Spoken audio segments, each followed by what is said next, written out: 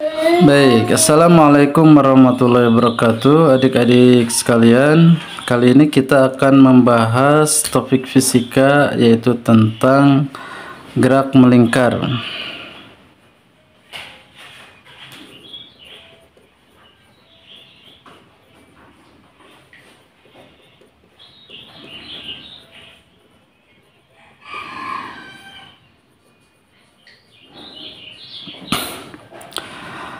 Apa itu gerak melingkar? Gerak melingkar itu adalah gerak suatu benda yang lintasannya berupa lingkaran. Ya. Misalkan ini ada sebuah benda, dia bergerak berlawanan dengan arah jarum jam. Dia akan bergerak membentuk lintasan berupa lingkaran.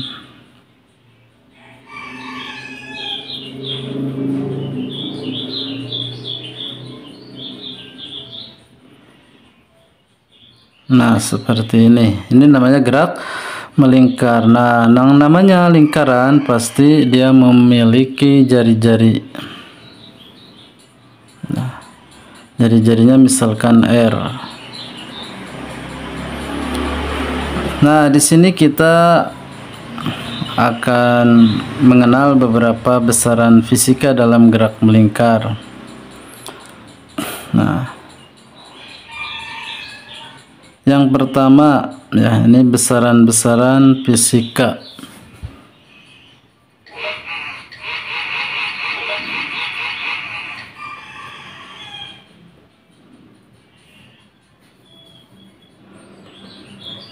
Yang pertama kita mengenal ada yang disebut dengan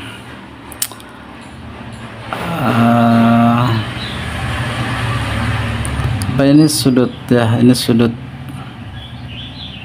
putar. Nah, ini adalah panjang lintasan. Nah, ada jari-jari, ada sudut putar, dan ada panjang lintasan. Nah, ini ada hubungannya, ya. Sudut putar itu sama dengan S per R. S ini panjang lintasan dibagi R. R ini jari-jari. Ini adalah sudut putar. Ini adalah panjang lintasan.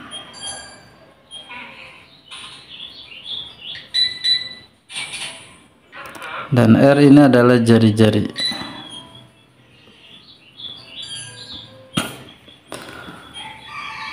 Nah, kemudian kita akan mengenal juga yang disebut dengan kecepatan sudut, ya. Itu apa itu kecepatan sudut? Ya. V omega, ya, omega ini bacanya omega. Omega sama dengan perubahan sudut putar terhadap selang waktu.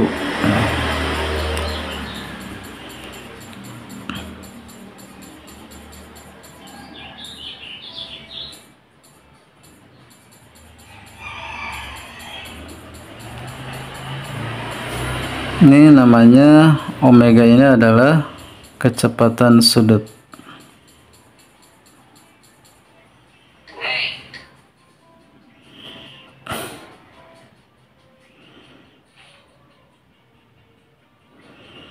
Nah, delta S ini kalau kita uraikan, delta theta, ya, ini theta, delta theta ini kita uraikan menjadi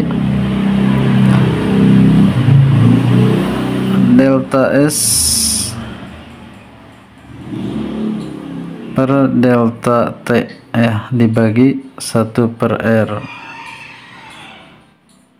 Nah, ini delta S per delta T itu adalah V alias kecepatan linear, ya, kecepatan linear.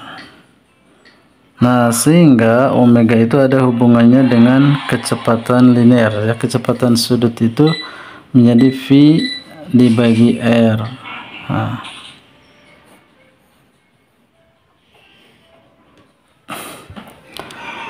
Kemudian ada yang disebut dengan percepatan sudut atau alfa, yaitu perubahan kecepatan sudut terhadap selang waktu.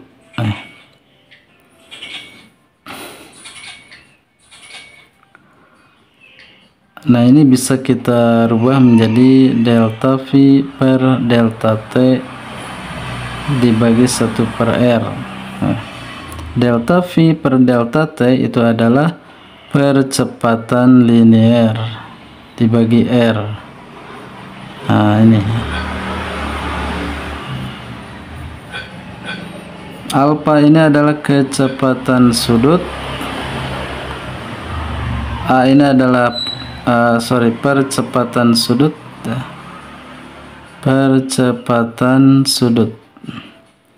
A ini adalah percepatan linear.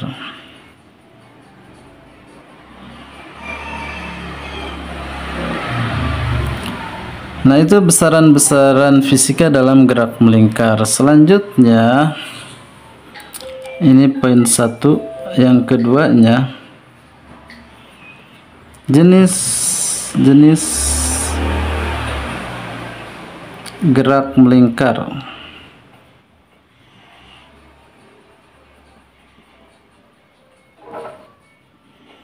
Oke, gerak melingkar ini atau GM itu terbagi menjadi 2 jenis, ya,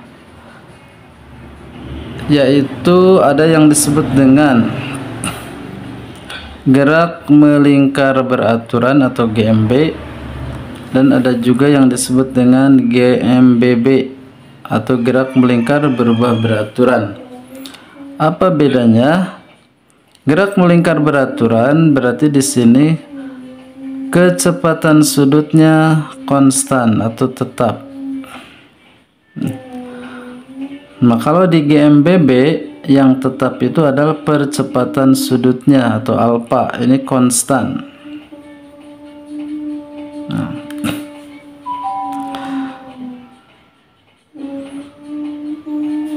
jadi kalau pada GMB gerak melingkar beraturan ini kecepatan sudutnya konstan, ya.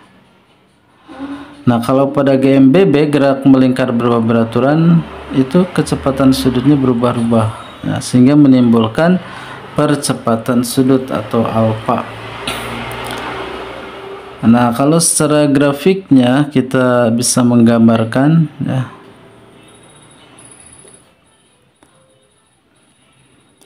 untuk GMB misalkan, ya, itu kita gambarkan seperti ini. Ini omeganya itu konstan, ya, tetap, ya, ini tetap. Nah, kemudian pergeseran sudutnya terhadap waktu ini berubah, ya, membentuk garis linear, ya, berubah secara teratur. Nah, dari sini kita bisa memperoleh hubungan antara omega theta dan theta, yaitu bahwa omega T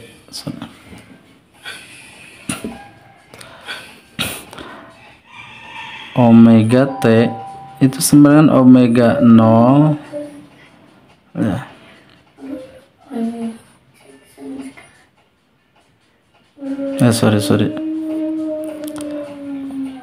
Omega sama dengan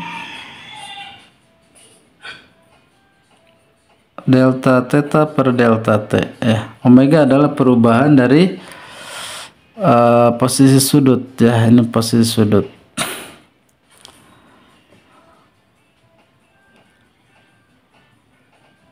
Ya, ini kecepatan sudut,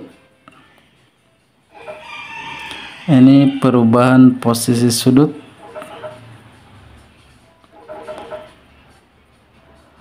ini adalah perubahan waktu, ya, atau selang waktu.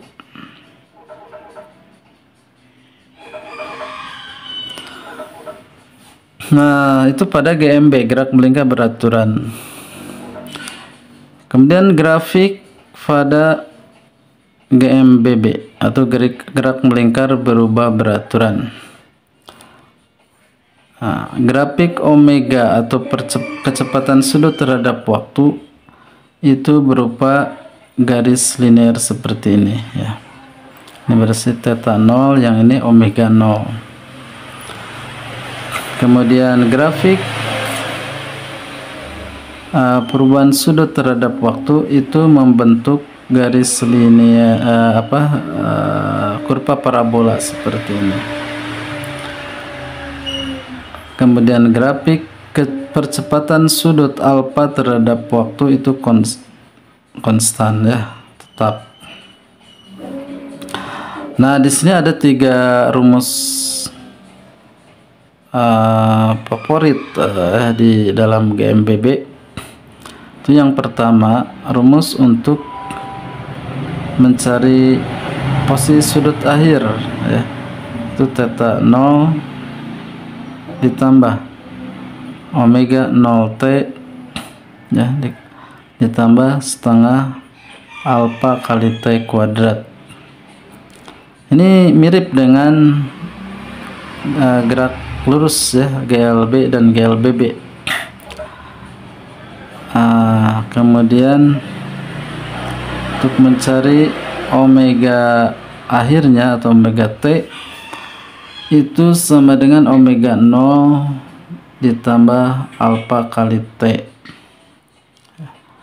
Dan yang terakhir, rumus omega t kuadrat sama dengan omega 0 ditambah 2 alfa kali delta theta. Begini ya. Ini rumus yang ada dalam GLBB. Harap dihafalkan, diingat ya.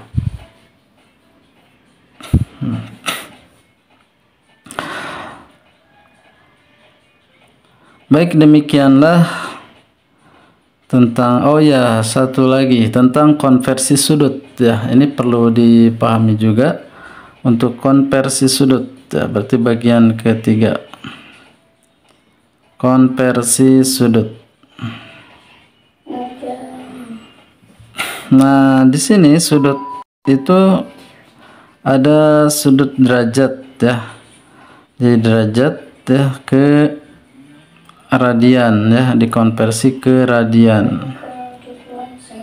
Nah, kita harus tahu bahwa 1 pi radian ya, 1 pi radian atau disingkat 1 pi rad itu sama dengan 180 derajat gitu. Nah, sehingga kalau kita ingin merubah sudut misalkan 30 derajat ya, itu berapa radian? Nah,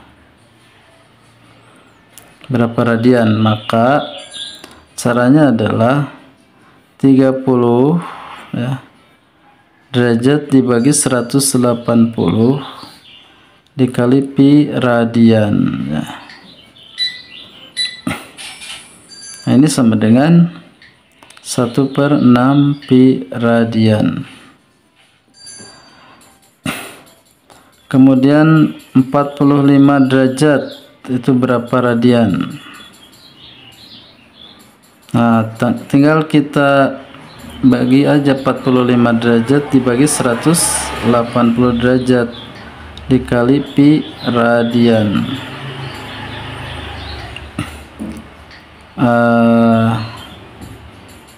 45 ya, 180 dibagi 45, 4 ya, 1/4, 1/4 pi radian. Nah, dan seterusnya ya, bisa dirubah. Oke, demikianlah penjelasan tentang gerak melingkar ya. Untuk contoh soalnya misalkan begini ya, kita kasih saja contoh soalnya seperti ini. Contoh soal Nah, misalkan ada sebuah benda bergerak melingkar. Ini ada benda bergerak melingkar dengan kecepatan awalnya itu sama dengan misalkan 20 rad per sekon. Ya.